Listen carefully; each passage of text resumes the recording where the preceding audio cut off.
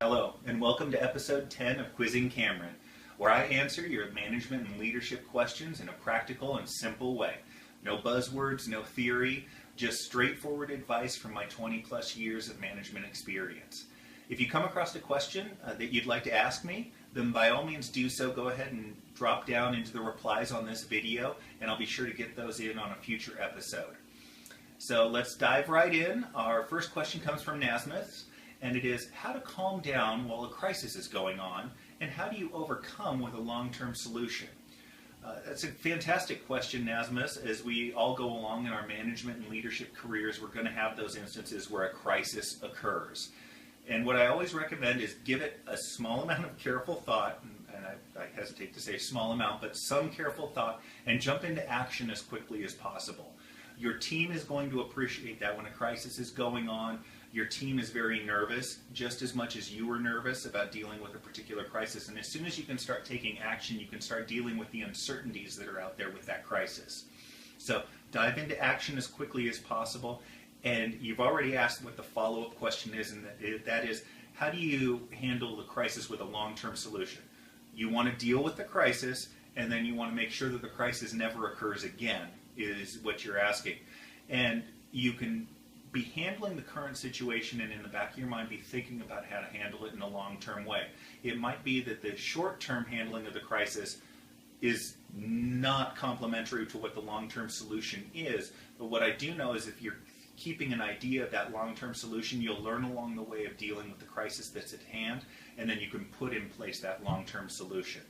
So that's a great question to kind of start us out, because everybody's going to deal with that in one way, shape, or form during the course of their career. Our next question comes from Waleed, and it is, what is the difference between entrepreneurship and leadership? Are they the same or different? And that's a great question that doesn't get asked very often, Waleed, so I appreciate it. Entrepreneurship is most commonly focused on the ideas. And leadership is about taking those ideas and shaping those into reality. And so great entrepreneurs obviously have both. So they have the idea and they're able to translate that into reality through their leadership skills. Poor entrepreneurs have lots of great ideas, but don't have the ability to actually see those ideas into reality. And one of the reasons that venture capital exists, when you start looking at, say, Silicon Valley and the hotbed of ideas that come out, one of the reasons that venture capital exists is not just to hand over money to founders and entrepreneurs with great ideas. It is actually to guide that particular company and that particular process. It's not just money, it is leadership that those venture capital companies are bringing to the forefront for entrepreneurs. So leadership shapes it to reality, entrepreneurship gets the ideas, but you can't really be successful in entrepreneurship unless you have both of those. Our next question comes from Pamela, and it is, how do you handle a peer who simply and clearly doesn't respect you? My first response to this is you can't win them all over. You're going to have this actually occur with not just peers, but also with subordinates, where you for whatever reason, just don't click. You have a personality difference, what have you. In the case of peers, you can actually be in competition for promotions, and so that lends itself to a little bit more dislike. But as nice as you might be in the workplace and as easy it is for you to get along, there's just going to be those personality conflicts. So just realize that you can't win them all over, so don't beat yourself up over that everybody doesn't like you. My big advice is not falling for the trap. You want to keep handling that particular person with the same level of respect that you would expect for them to give you.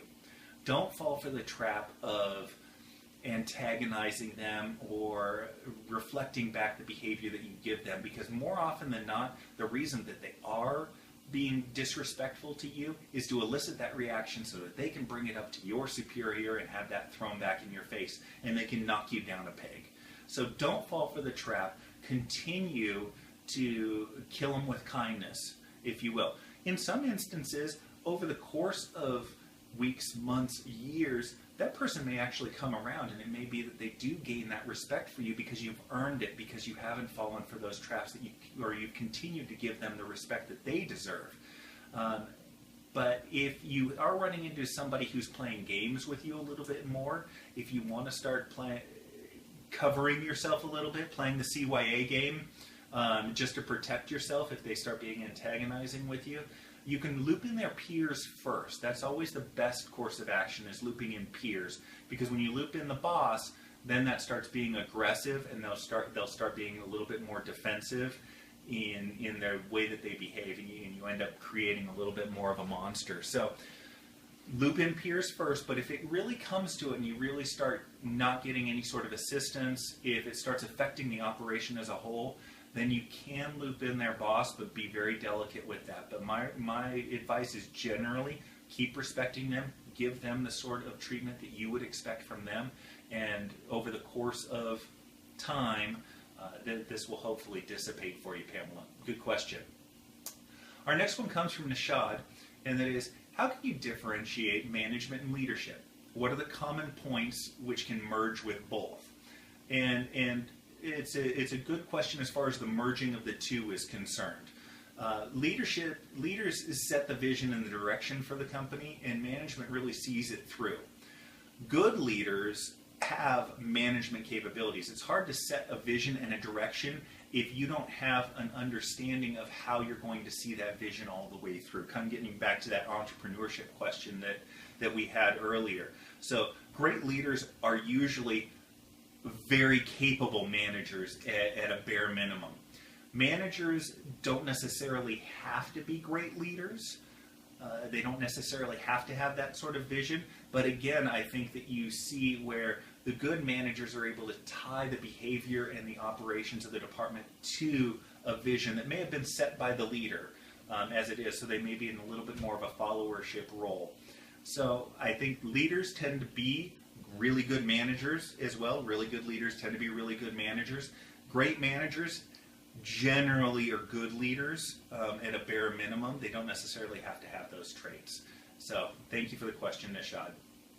Our next question today comes from Naglaa, and that is, how do you balance your principles and goals in the workplace with the different personalities on your staff? I think that's a really great question for any manager and leader, and it gets into the nitty-gritty of what you do, and that is, you want to be crystal clear on what the goals of the company are, what the goals of the organization are, and the direction that you've set, and what your expectations are, etc.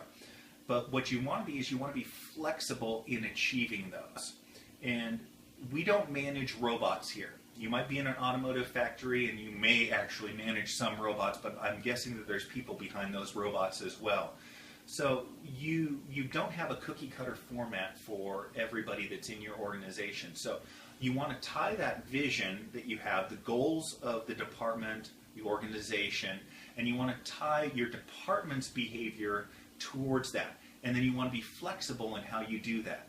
So as you'll hear me talk a lot about, you'll have certain employees that are great at analytics in your department. You'll have certain employees that are great at customer interaction. And you want to tie those people together to the overall goal. So be clear on your goals. Those are the aims that you're talking about. And then be flexible in how you get there with the people that you have available to you. So that's my advice to you, Naglaa, is to tackle it that way. Clear and then flexible. And then our last question today is one that we have on the side over here. And it is from Bill, and it's one that I think a lot of people deal with at some point. Bill has 28 years of experience in as a radiological technologist. But he keeps hearing when he goes for management positions that he doesn't have any management experience. And the question is how do you break into that position without that experience? I always harken back to one of my favorite movies from the 80s was Michael J. Fox, and it's The Secret of My Success. And he's going through those interviews after he gets out of college. And he says, how do I get experience if nobody will hire me so that I can get that experience? And the response is, well, you're going to take that experience and go get a better job somewhere else. And that's why they don't do that. But one thing that I highlight is everybody has management and leadership experience. You just have to look at it the right way. You have that experience. If you've got 28 years in a particular position, I almost guarantee you've been brought into a decision on equipment that was being purchased for the company. I almost guarantee that you've trained somebody. You may have handled escalated customer complaints, that sort of thing. You may have scheduled things. You may have been given a project to bring through to completion. Those are the things that managers do. They schedule. They buy equipment. They train people. All of those things. So what you want to do is you want to highlight the experience that you do have that translates to the management position that you're going for. And I hope I explained that well. That you look at what the manager is going to be doing in the position you're applying for, and you look for things that you have done in your past that loosely correlate to that. They may not correlate exactly, but they loosely correlate to that. And then the way you actually handle it in an interview is you leverage that if possible, but then you discuss what you would do in a particular situation. So if they ask you, have you ever dealt with a problem employee? Well, no, I haven't dealt with a problem employee. I've dealt with a lot of troublesome customers that have complaints, but how I would deal with an employee is similar to how I would deal with a customer, and that is I would explain the situation so that they have a clear understanding of what we're talking about and that what our next course of action would be. And so in the case of a customer, it might be a return, a replacement, that sort of thing.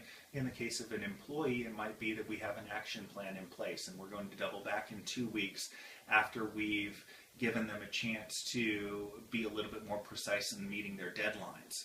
And I'll be coaching them a little bit along the way. So you mix what you've done with what you would do for those questions, and that hopefully breaks you into that management. But you always have to have that first management and supervisory role. The one thing I will say for everybody out there that's looking to break into management is it is tough to find qualified workers out there. I generally look over 20 resumes before I actually bring somebody in to interview.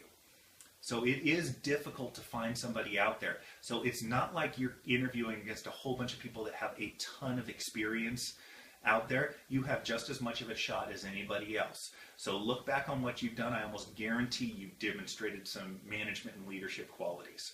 I think that's a great question to end on, so thanks for asking it, Bill. That's going to end it for today. Again, if you have any questions you'd like me to answer, go ahead and drop down a reply, and I will get that into the queue, and we'll answer it on a future episode. But from sunny Las Vegas, I'm signing off. Have a good one. Thank you.